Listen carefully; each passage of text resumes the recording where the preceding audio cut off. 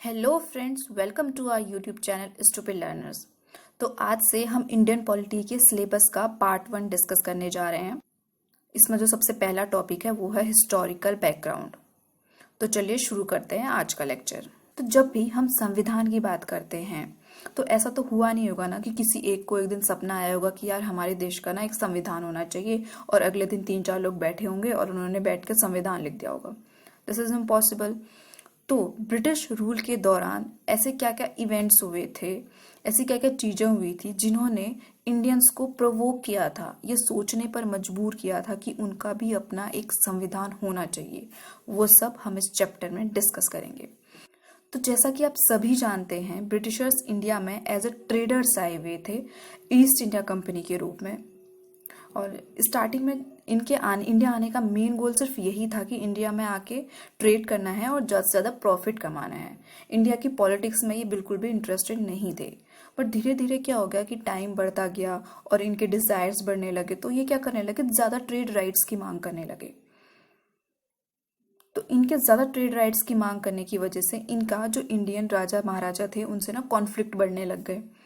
इसी वजह से 1757 में होता है प्लासी का युद्ध, और प्लासी के युद्ध के जस्ट बाद होता है 1764 में बक्सर का युद्ध। अब ये जो बक्सर का युद्ध था ना, यहीं से शुरुआत होती है इनके पॉलिटिकल करियर की।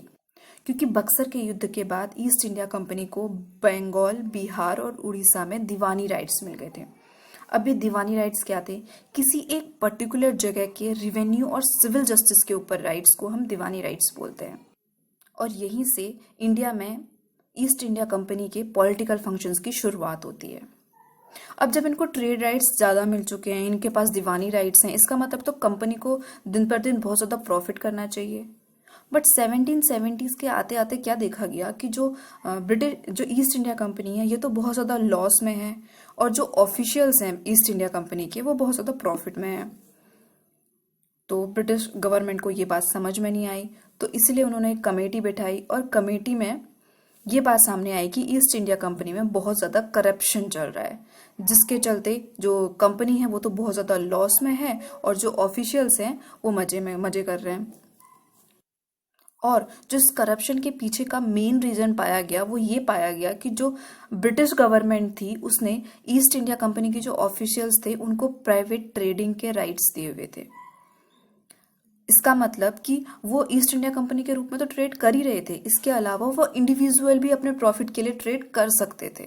और एक यही वजह थी कि जो ऑफिशियल्स थे वो इंडिविजुअल ट्रेड ज्यादा करते थे, जिससे उन्हें प्रॉफिट होता था, और ईस्ट इंडिया कंपनी धीरे धीरे डूबती जा रही थी। अब ये सब जब ब्रिटिश गवर्नमेंट ने देखा तो उन्हें लगा कि अब तो हमें ईस्ट इंडिया कंपनी को कंट्रोल करना ही पड़ेगा, अदरवाइज ये कंपनी डूब जाएगी। तो यहीं से शुरुआत होती है रेगुलेटिंग एक्ट 1773 की।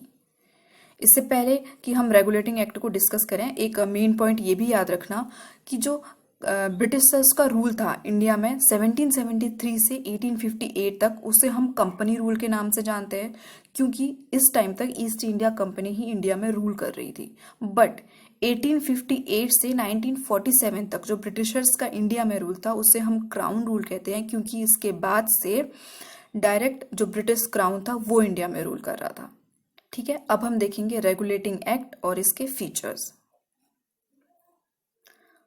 तो रेगुलेटिंग एक्ट आता है 1773 में। इसका जो फर्स्ट मेन फीचर है वो ये है कि जो बंगाल के गवर्नर थे उनको गवर्नर जनरल ऑफ बंगाल बना दिया गया था। इनके नीचे इनको असिस्ट करने के लिए एक एग्जीक्यूटिव काउंसिल बनाई गई थी 4 मेंबर्स की। और जो first governor general of Bengal थे वो थे लॉर्ड वॉरेन हेस्टिंग। इसके साथ साथ जो बॉम्बे और मद्रास की प्रेसिडेंसी थी उनको गवर्नर जनरल ऑफ बंगाल के अंडर कर दिया गया था, इनका सबॉर्डिनेट कर दिया गया था। इससे पहले बंगाल और जो मद्रास के गवर्नर थे वो इंडिपेंडेंटली वर्क करते थे। और इसका नेक्स्ट मेन प्रोविजन ये है कि 1774 में कैलकाटा में एक सुप्रीम कोर्ट की स्थापना की गई थी इसी एक्ट के थ्रू। और इसके अलावा एक कोर्ट ऑफ डायरेक्टर्स की गवर्निंग बॉडी बनाई गई। इसका मेन काम ये था कि कंपनी के जितने भी रिवेन्यू, सिविल और मिलिट्री अफेयर्स थे उनके बारे में जो ब्रिटिश गवर्नमेंट है उनको रिपोर्ट करना। और इसके अलावा एक और मेन प्रोविज़न ये था कि जितने भी ईस्ट इंडिया कंपनी के ऑफिशियल्स थे उनसे प्राइवेट ट्रेडिंग का अधिकार अब छीन लिया था। ना वो किसी से गिफ्ट्स ले सकते थे, ना वो किसी से ब्राइब ले सकते थे। अब वो सिर्फ ईस्ट इंडिया कंपनी के रूप में ही इंडिया में ट्रेड कर सकते थे। तो ये थे रेगुलेटिंग एक्ट 1773 के मेन फीचर। क्विकली रिवीजन कर लेते हैं। सबसे पहले क्या गया था, गवर्नर ऑफ बंगाल को गवर्नर जनरल ऑफ बंगाल बनाया गया था। इनको असिस्ट करने के लिए एक 4 मेंबर की एग्जीक्यूटिव काउंसिल बनाई गई थी। सबसे पहले जो गवर्नर जनरल ऑफ बंगाल थे वो थे लॉर्ड वॉरेन हेस्टिंग। इसके अलावा जो बॉम्बे और मद्रास प्रेसिडेंसी थी उनको भी गवर्नर जनरल ऑफ बंगाल का सबऑर्डिनेट बनाया गया। इसके अलावा कलकत्ता में एक सुप्रीम कोर्ट की स्थापना की गई। इसके अलावा एक गवर्निंग बॉडी बनाई गई कोर्ट ऑफ डायरेक्टर्स की। ठीक है, अब हम चलते हैं नेक्स्ट एक्ट की तरफ। तो धीरे धीरे जैसे जैसे टाइम आगे बढ़ा, जो रेगुलेटिंग एक्ट ऑफ 1773 था उसकी कुछ कमियां सामने आई, और उन कमियों को दूर करने के लिए सबसे पहले 1781 में एक्ट ऑफ सेटलमेंट आया, और उसके बाद आया Pitt's India act of 1784। Pitt's India act of 1784 के मेन फीचर्स ये हैं कि इस एक्ट के द्वारा क्या किया गया था कि जो कंपनी के पॉलिटिकल और कॉमर्शियल फंक्शंस हैं उन दोनों को अलग अलग कर दिया गया था। और जो पॉलिटिकल फंक्शंस हैं उन्हें देखने का काम था बोर्ड ऑफ कंट्रोल का, और जो कंपनी के कॉमर्शियल फंक्शंस हैं उन्हें देखने का काम था कोर्ट ऑफ डायरेक्टर्स का। अब जब पॉलिटिकल और कॉमर्शियल फंक्शंस अलग कर दिए गए हैं तो इसका मतलब क्या है? इसका मतलब कि इंडिया में ड्यूअल गवर्नमेंट की शुरुआत हुई थी पिट्स इंडिया एक्ट ऑफ 1784 से। और इसी एक्ट के थ्रू जो ईस्ट इंडिया कंपनी के इंडिया में टेरिटरीज थी उसको ब्रिटिश पोजेशंस का नाम दिया गया। तो क्या किया गया, सबसे पहले पॉलिटिकल और कॉमर्शियल फंक्शंस को अलग किया गया कंपनी के, और जो पॉलिटिकल फंक्शंस को देखने का काम था वो था बोर्ड ऑफ कंट्रोल का, और जो कॉमर्शियल फंक्शंस को देखने का काम था वो था कोर्ट ऑफ डायरेक्टर्स का। और यहीं से इंडिया में ड्यूअल गवर्नमेंट की शुरुआत होती है। अब हम बढ़ेंगे नेक्स्ट एक्ट की तरफ। फिर जो नेक्स्ट इंपॉर्टेंट एक्ट आते हैं वो आते हैं चार्टर एक्ट। जो इंडिया में टोटल 4 चार्टर एक्ट आए हुए थे। जो सबसे पहला चार्टर एक्ट आया था वो आया था 1793 में, दूसरा आया था 1813 में, तीसरा आया था 1833 में, और चौथा आया था 1853 में। जो 1793 और 1813 के चार्टर एक्ट है ये हिस्टोरिकल पॉइंट ऑफ व्यू से ज़्यादा इम्पोर्टेंट है, but political point of view से ये इतने इम्पोर्टेंट नहीं है, क्योंकि इनके थ्रू ऐसे कोई प्रोविजंस नहीं आए हुए थे कि जिससे पॉलिटिक्स में ज़्यादा चेंजेस आते।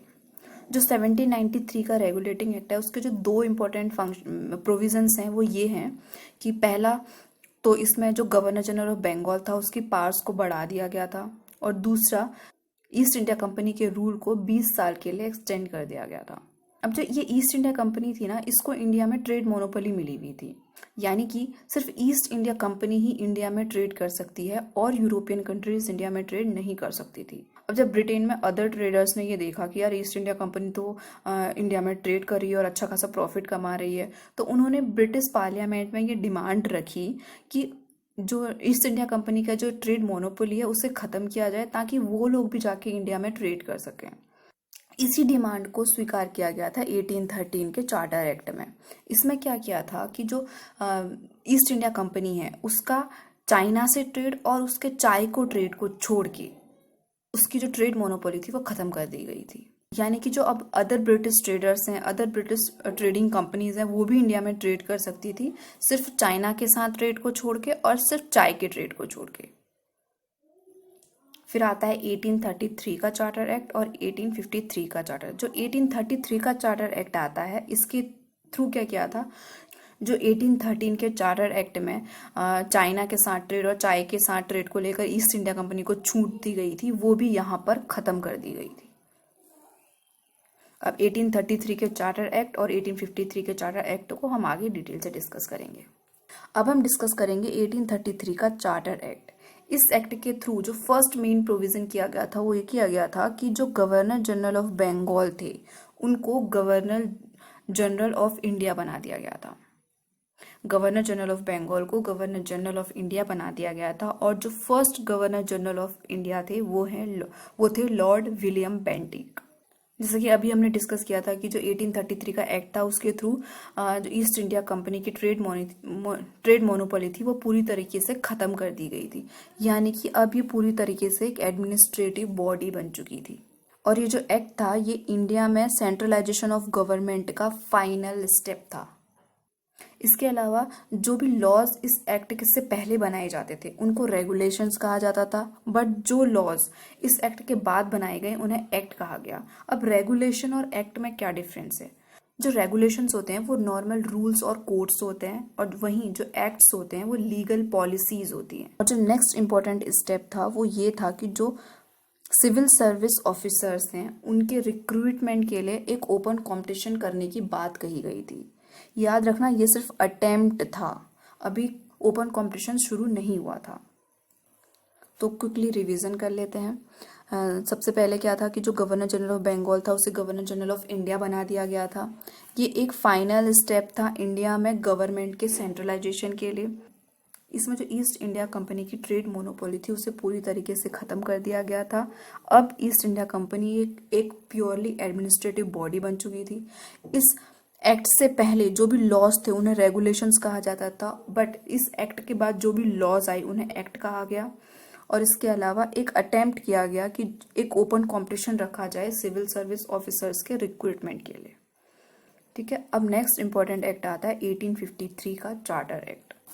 इसमें एंट्री होती है हमारे ताऊ की, जो कहते हैं कि हमारे इंडियंस फॉरेनर्स से कम है के, यानी कि सिविल सर्विस ऑफिसर्स के रिक्रूटमेंट के लिए एक ओपन कंपटीशन शुरू कर दिया गया था। जो हमारे फर्स्ट सिविल सर्वेंट थे इंडिया के वो कौन थे? S.N. टैगोर, सत्येंद्र नाथ टैगोर। इसके अलावा जो नेक्स्ट इंपॉर्टेंट प्रोविजन था वो ये था कि कंपनी के एग्जीक्यूटिव और लेजिस्लेटिव फंक्शंस को अलग अलग कर दिया गया था। इसके अलावा एक लेजिस्लेटिव काउंसिल बनाई गई थी, और ये जो सिविल सर्वेंट्स के रिक्रूटमेंट्स के लिए ओपन कंपटीशन रखा गया था इसके रूल्स को डिसाइड करने के लिए मैकॉले कमेटी बिठाई गई थी।